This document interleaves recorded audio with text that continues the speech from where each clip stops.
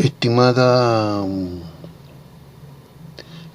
profesora, estoy dando el examen ítem 2 de Derecho de la Empresa. Y una de las primeras preguntas que dice es: indique, desarrolle y explique cada una de las causales subjetivas de despido del artículo 160 del Código del Trabajo. Algunas de las conductas individuas subjetivas de despido del artículo 160 son como la falta de probidad del trabajador en el desempeño de sus funciones. La probidad es la rectitud y honradez o integridad en la actual o proceder de una persona en el desempeño de sus funciones. La otra, conducta de acoso sexual. Las conductas de acoso sexual constituyen una falta grave a los derechos de las personas, entendiendo por tal el que una persona realice en forma indebida por cualquier medio requerimientos de carácter sexual no consentidos por quien lo recibe y que amenacen o perjudiquen su situación laboral a sus oportunidades en el empleo. La otra es vías de hecho ejercidas por el trabajador en contra del empleador o de cualquier trabajador que desempeñe en la misma empresa. Las vías de hecho dice relación con toda la acción de fuerza o violencia que una persona ejecuta o realiza en contra de otra sin estar desamparada por alguna norma jurídica que la justifique o la legitime. Para que se consiga esta causal es necesario que la fuerza o violencia sea ejercida por el trabajador en contra del empleador o de cualquier trabajador que desempeñe en la misma empresa, por la cual las vías de hecho ejercidas por el trabajador sobre un tercero ajeno a la empresa, en dependencia de la misma, no configuraría la causal. La otra es injurias proferidas por el trabajador al empleador. Las injurias proferidas por el trabajador al empleador, que la ley señala como suficiente para justificar el despido del trabajador, son las mismas que constituyen el delito de la injuria en la forma que exige el Código Penal, sino que debe entenderse en un sentido natural y obvio, es decir, como expresiones que agravian o ultrajan a otro mediante obras o palabras que lo agravian.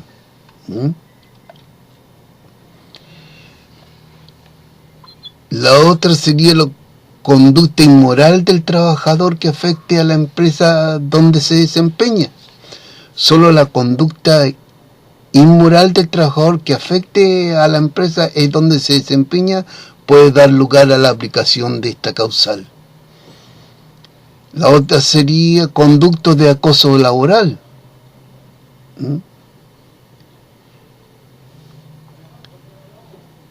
Y esas son de la primera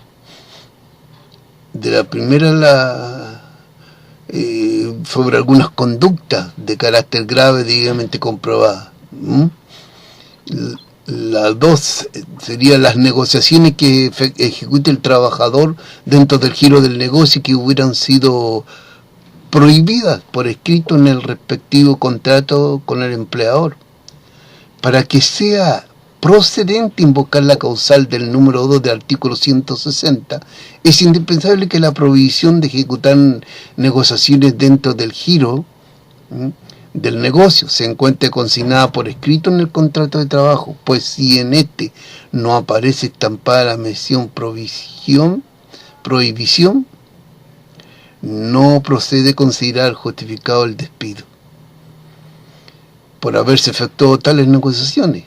Esta provisión que puede consignarse en el contrato debe referirse únicamente a los trabajos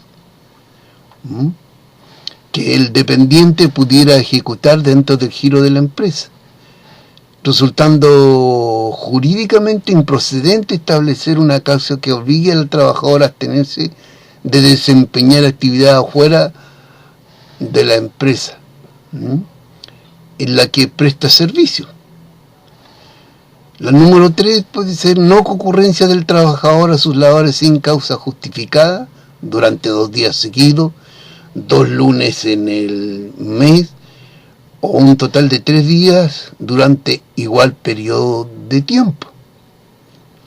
Asimismo, la falta injustificada o sin aviso previo de parte del trabajador que tuviera a su cargo una actividad, faena o máquina, cuyo abandono o paralización signifique una perturbación grave en la marcha de la empresa.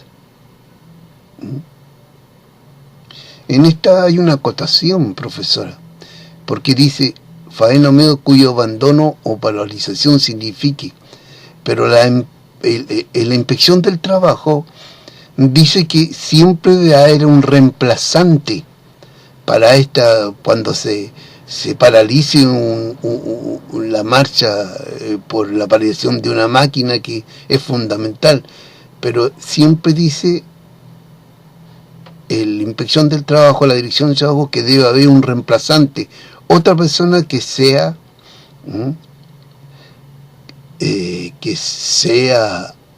aprendiz, o que le enseñen a manejar esas máquinas para que la marcha de la obra no se paralice. La otra sería 2 días seguidos. El legislador ha exigido la inasistencia injustificada de 2 días seguidos, y no de 2 días hábiles, de manera que si el dependiente no concurre a laborar un día viernes y un día lunes, no se configura la causal. 2 lunes en el mes, en este caso basta que se produzca la inasistencia injustificada durante 2 días lunes en el mes, resultando irrelevante si son seguidos o no. 3 días en el mes, para que se configure la causal de caducidad, es necesario que el trabajador registre inasistencias justificadas durante 3 días seguidos o no, en un periodo de un mes. Así el dependiente tiene 2 días de inasistencia en el mes y en el siguiente registra otro día, no se configura la causal, ya que la ley exige que se produzcan en un mes. La segunda parte de la causal en la ley se refiere a inasistencia injustificada o sin aviso previo, no durante 1 o más días en un determinado periodo de tiempo, sino que se aplica respecto de aquellos trabajadores que tienen a su cargo una máquina, faena o actividad cuyo abandono o paralización provoque los efectos de la norma completa. En este caso, la inasistencia o falta injustificada puede ser de un día o menos. Lo determinante es que ella produzca una perturbación grave en la marcha de la empresa. En esta también se produce en que un trabajador puede paralizar la obra no manejando una maquinaria, pero siempre la dirección de trabajo dice que debe haber un reemplazante, una persona que le enseñen, para que cuando esa persona se enferme o por otra justificación justificada no concurra al lugar de trabajo, pueda la otra persona manejar esa maquinaria y la empresa no esté, o la obra no esté paralizada. La cuarta sería el abandono al trabajo por parte del trabajador, entendiéndose por tal la salida intempestiva e injustificada del trabajador del sitio de la faena y durante la hora de trabajo, sin permiso del empleador o de quien lo represente. La salida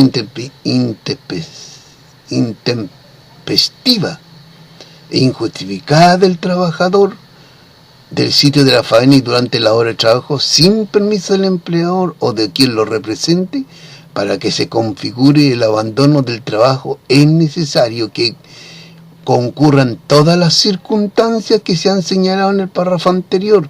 Así la salida debe ser intempestiva, o sea, fuera de lugar, injustificada, es decir, no debe existir una causa o un motivo plausible que permita o autorice al dependiente a salir del lugar donde se encuentra prestando servicio. Del sitio de la faena, el trabajador se obliga en virtud del contrato a prestar servicio en un lugar determinado, por lo cual no es procedente que lo abandone. En este sentido, la jurisprudencia ha entendido que hay abandono de trabajo no solo cuando el trabajador sale de la empresa en las condiciones expuestas, sino que también se produce cuando el dependiente abandona o sale del lugar donde debe prestar los servicios para dirigirse a otro sector de la empresa, porque no está en su lugar de trabajo. Y lo puede necesitar el empleador o el jefe más directo. Durante la hora de trabajo, es lógico establecer que el abandono debe producirse durante las horas de trabajo, para que se pueda configurar la causal, ya que el trabajador sea obligado a prestar servicio. Y esta prestación debe ejecutarla durante un periodo de tiempo que se denomina jornada de trabajo. Al hacer abandono del trabajo, el dependiente dejaría de prestar los servicios que se ha comprometido a realizar, razón por la cual el legislador lo sanciona con la expiración del contrato, si incurren los demás requisitos exigidos, sin permiso del empleador o de quien lo represente. Para que se configure la causal, es indispensable que el trabajador del sitio de la faena, sin la autorización del empleador o de la persona que lo represente.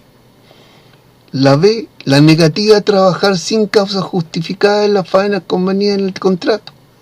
En relación a este tipo de abandono de trabajo, cabe precisar que se configura en la medida que las labores que el dependiente se niegue a realizar o ejecutar sin causa justificada se encuentran convenidas en el contrato, es decir, el trabajador debe negarse a realizar las labores que en virtud del contrato de trabajo se encuentra obligado a ejecutar.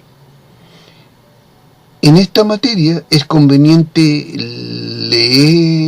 tener presente que una de las cláusulas mínimas o esenciales que debe contener todo contrato de trabajo, el tenor del artículo 10, número 3, es la determinación de la naturaleza de los servicios que el dependiente se obliga a prestar, que se traduce en señalar en forma precisa y clara las labores o faenas que el trabajador debe efectuar. Esto apunta a la seguridad jurídica a las partes de la relación laboral, ya que la medida que se encuentre claramente determinadas las funciones del trabajador, este sabrá con precisión que se encuentra obligado y el empleador tendrá certeza respecto de lo que puede exigir a aquel.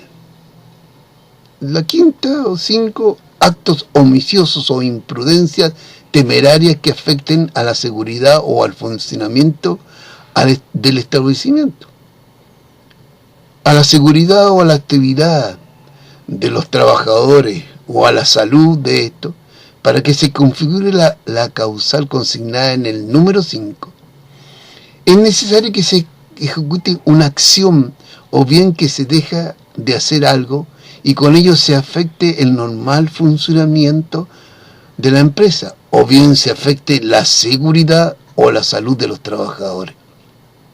En estos casos, el sujeto no ha tenido la intención que se produzca alguna de las situaciones descritas por su descuido e imprudencia las han ocasionado.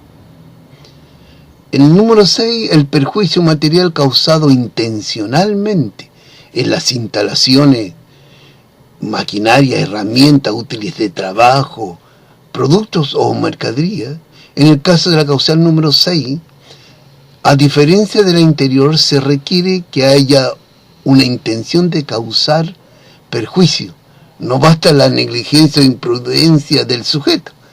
Es indispensable que su conducta, sus actos estén encaminados deliberadamente a causar daños en las instalaciones, maquinaria, herramientas, útiles de trabajo, productos o mercadería. Por lo cual, además de acreditar el daño causado o que se pudo causar, será necesario probar que existió la intención de causarlo. Y la séptima sería incumplimiento grave de las obligaciones que impone el contrato. La causal contemplada en el número 7 es bastante genérica, ya que el contrato de trabajo impone obligaciones a ambas partes, tanto al trabajador como al empleador, por lo que en la medida que se produzca un incumplimiento de tales obligaciones, y puede ser calificada de grave, se podrá poner término justificadamente al contrato. Lo que debe entenderse por incumplimiento grave de las obligaciones contractuales es una cuestión de hecho que debe resolverse caso a caso, sin que se pueda dar una fórmula genérica. En todo caso, la determinación si el cumplimiento reviste la gravedad suficiente para ser invocada como causal de términos de contrato es una cuestión que corresponde a los tribunales de justicia. Ese es en cuanto a la primera respuesta de la primera pregunta oral, ítem 2. Y la segunda dice: señale y explique cada una de las características del derecho laboral como disciplina jurídica. Los entendidos, los estudiosos, profesora, del trabajo, del derecho del trabajo, se ha llegado al consenso que esta rama del derecho presenta las siguientes características en su disciplina jurídica. La primera es de derecho privado, es decir, que regla solo la relación entre particulares o privados. En relación de este artículo primero, inciso 2 del Código del Trabajo, señala que sus normas no serán aplicables a funcionarios de administración del Estado, centralizada y descentralizada, del Congreso Nacional y el Poder Judicial, ni a los trabajadores de la empresa o institución del Estado, o de aquella en que éste tenga aporte, participación o representación. Siempre que dicho, sin embargo, dispone la ley que respecto de las materias no reguladas en sus estatutos, le serán aplicables las normas del Código del Trabajo. La otra, a la vez, sería derecho social. Esto porque regula la relación de una persona que necesita trabajar dentro de una sociedad y por tanto mira al hombre en su rol social. La otra sería dinámico, por cuanto sus normas se han adaptado a la realidad de la sociedad y generalmente con posterioridad al hecho. La otra, la D, sería es un derecho nuevo, como se señaló en el derecho laboral, surge a principios del siglo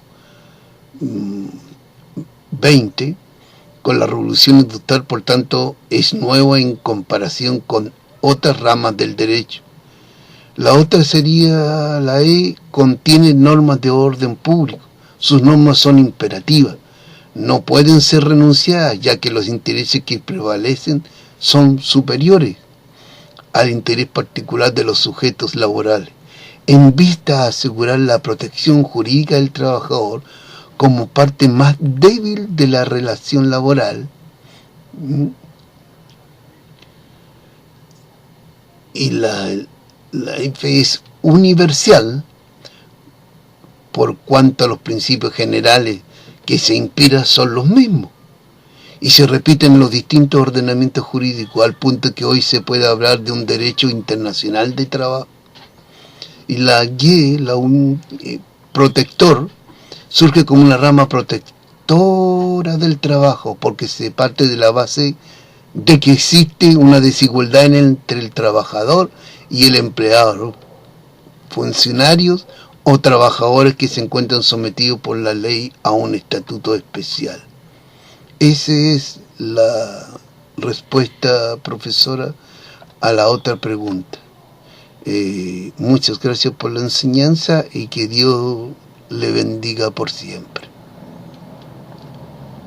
Los veremos en otra oportunidad. Gracias.